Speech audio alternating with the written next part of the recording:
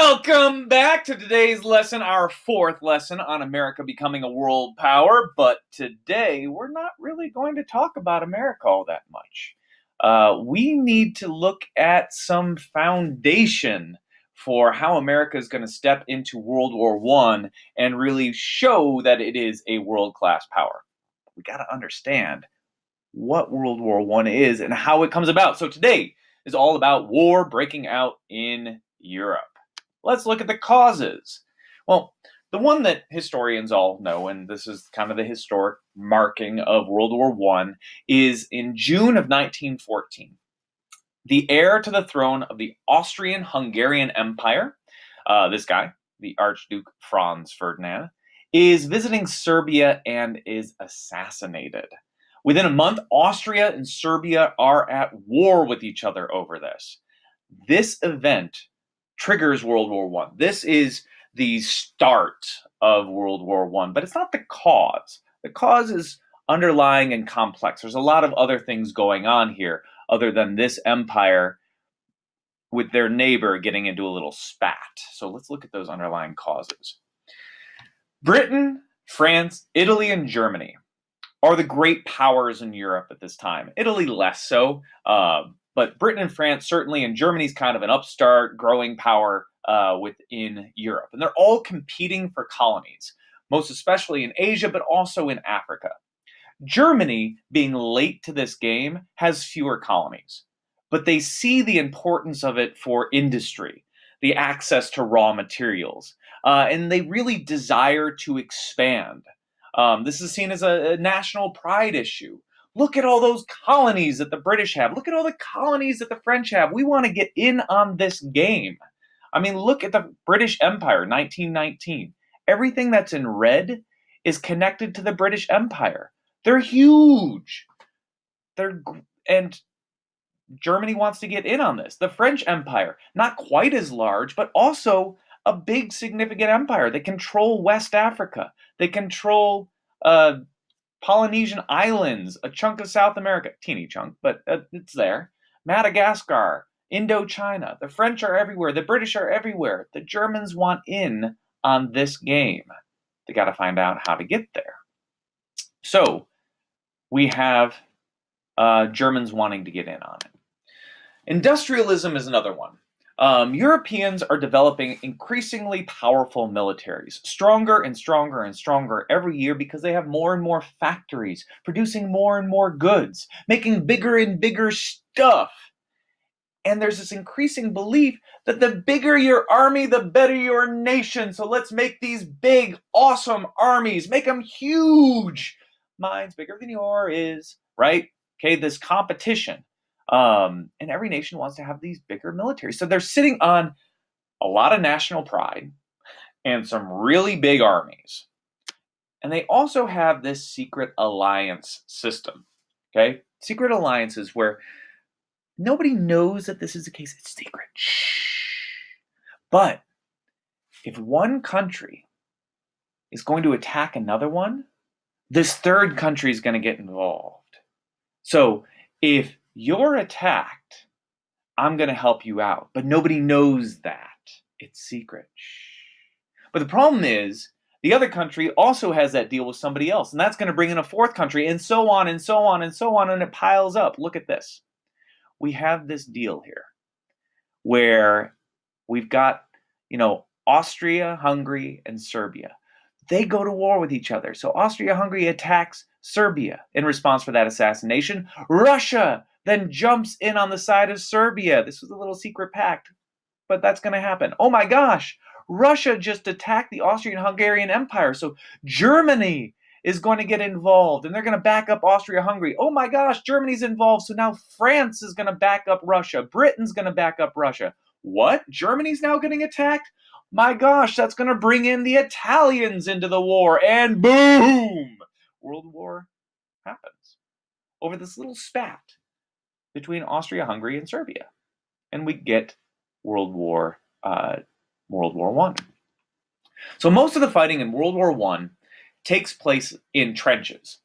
That's one thing that World War I is really known for, is trench warfare. French trenches stop the first German advance.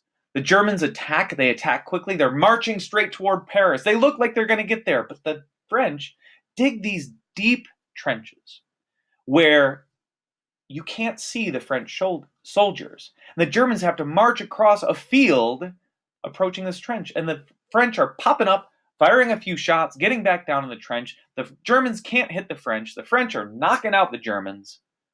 And the French win the first battle of the Marne. Germany has pushed to within 50 miles of Paris, within 50 miles of the French capital.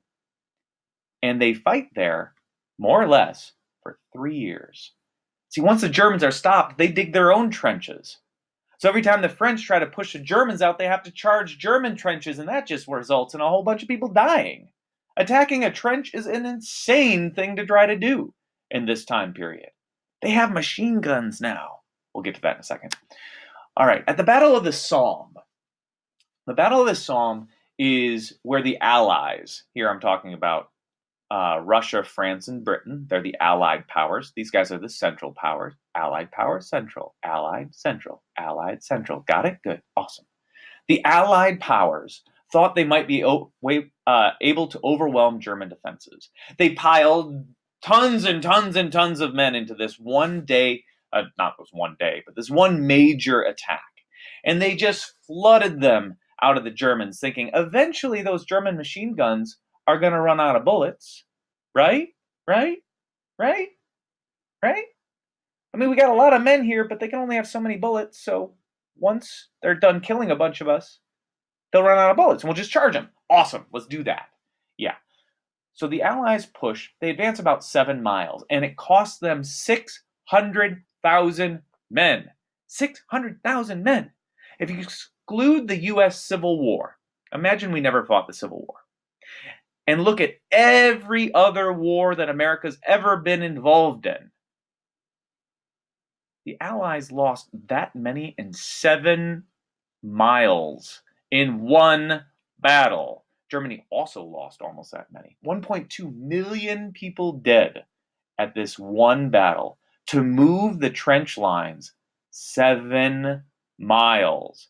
This was an amazingly deadly war. The world had never seen anything like this. And the reason why it's so deadly is because we have this new technology, these new weapons. Europe has been militarizing for decades without any big test. We've got these cool inventions. We don't really know how they're going to work in war, and now they're finding out. And they're really deadly. Machine guns, poison gas. The British use tanks. We have tanks now. We were just talking about like horses a little while ago. We got tanks. The Germans are using U-boats, Unterwasserboats, submarines. They're using submarines. They have submarines in this war. We're like into a modern war now. We also have fighter airplanes. Oh my gosh. This is not the American Civil War anymore, folks. This is like modern warfare. So all this technology is changing how war is fought. And people don't know how to fight against it very well. So a lot of men are dying. With fighter airplanes, kind of cool story. Manfred von Richthofen, the Red Baron, one of the best fighter pilots in world history, really. He was an early fighter pilot, knew this technology before anybody else did and how to really fly an airplane. And he shoots down 80 Allied planes in World War I. Man shoots down 80 planes in that war. That's amazing. All right, America's path to war. So we're going to tease Americans coming into the war a little bit here. Americans didn't want to be a part of this. We want to be neutral. We want to just sit back, not fight, sell weapons to both sides. Sure, we got to make our buck, but not get involved in the war too much. Woodrow Wilson. Woodrow Wilson runs for re-election in 1916, specifically by saying, we're not going to go to war. I have kept you out of the war. We're going to stay out of the war. We will be neutral.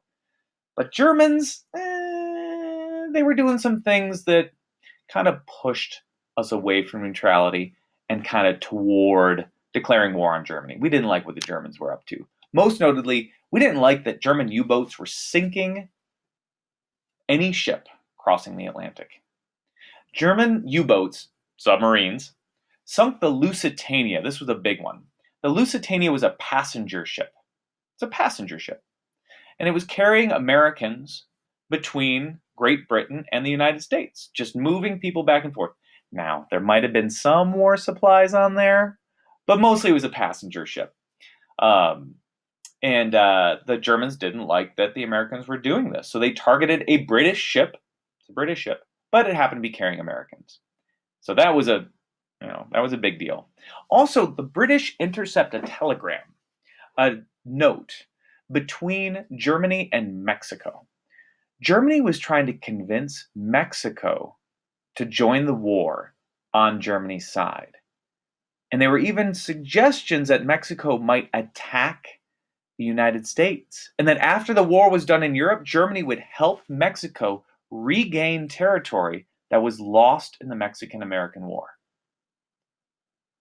Germany wanted Mexico to join the war. Mexico wanted nothing to do with this. They're like, no way! Have you seen that U.S. Navy? They keep putting it in the Caribbean Sea. We can't help but not see it.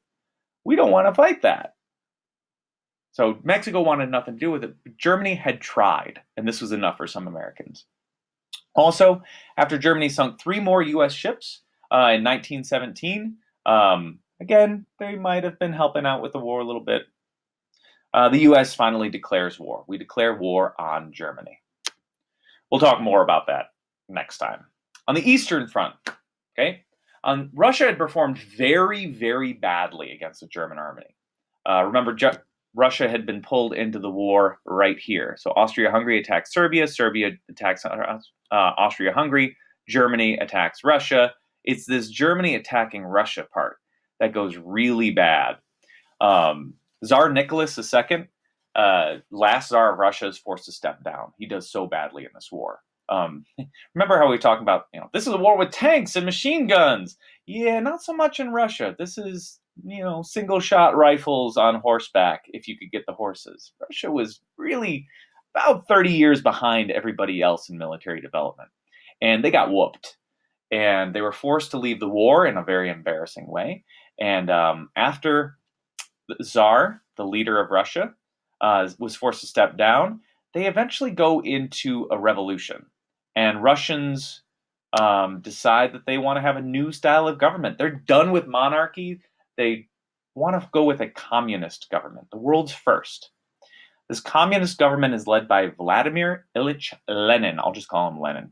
And Lenin wanted to impose communism on Russia, the idea that everything in the nation is owned by the nation. There's no private property.